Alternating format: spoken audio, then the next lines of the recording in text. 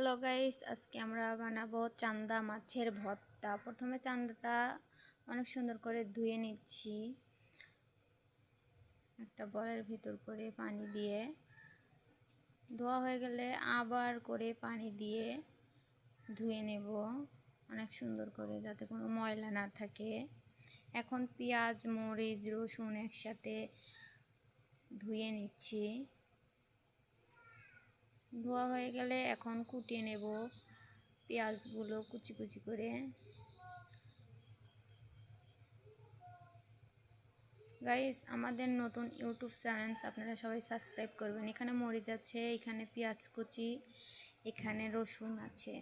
এখন চুলায় কড়াই দিয়ে দিচ্ছি। এখন তেল দিয়ে দেব পরিমাণ মতো। এখন দিয়ে দিচ্ছি পেঁয়াজ দেওয়ার পরে মরিচ দিয়ে দিলাম। এখন দিয়ে দেব রসুন।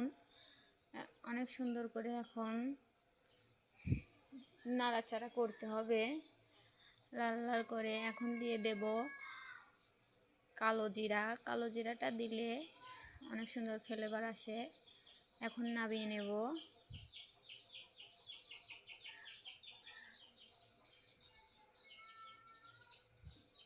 এখন দিয়ে দিচ্ছি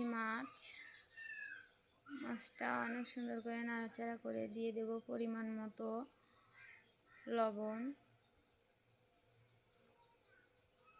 আবার নাড়াচাড়া করে অল্প পরিমাণ করে দিয়ে দেব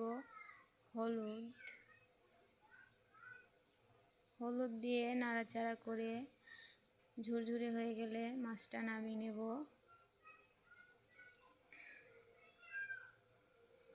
এখন শিলপাটায় বেটে নিচ্ছি। প্রথমে পেঁয়াজ, মরিচ, রসুন সব কিছু একসাথে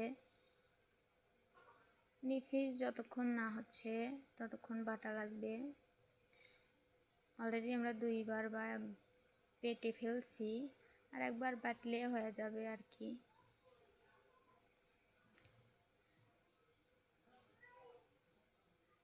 আজকে আমরা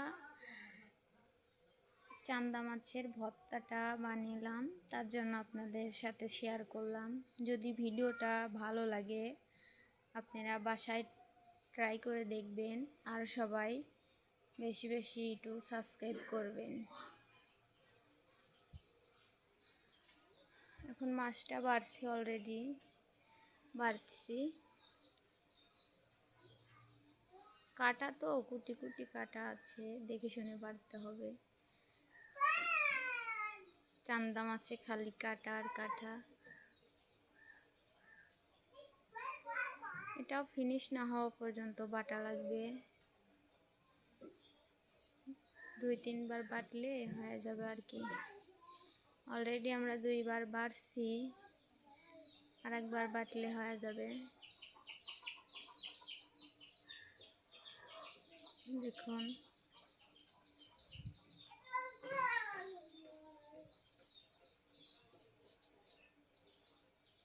প্রায় হয়ে গেছে। আর একটা বাটলে, হ্যাঁ এবার বাটলেই শেষ। কাটা কাটা তো, কাটা থাকলে আবার সমস্যা হয়ে যাবে। যে হয়ে গেছে আর কি। দেখুন খুব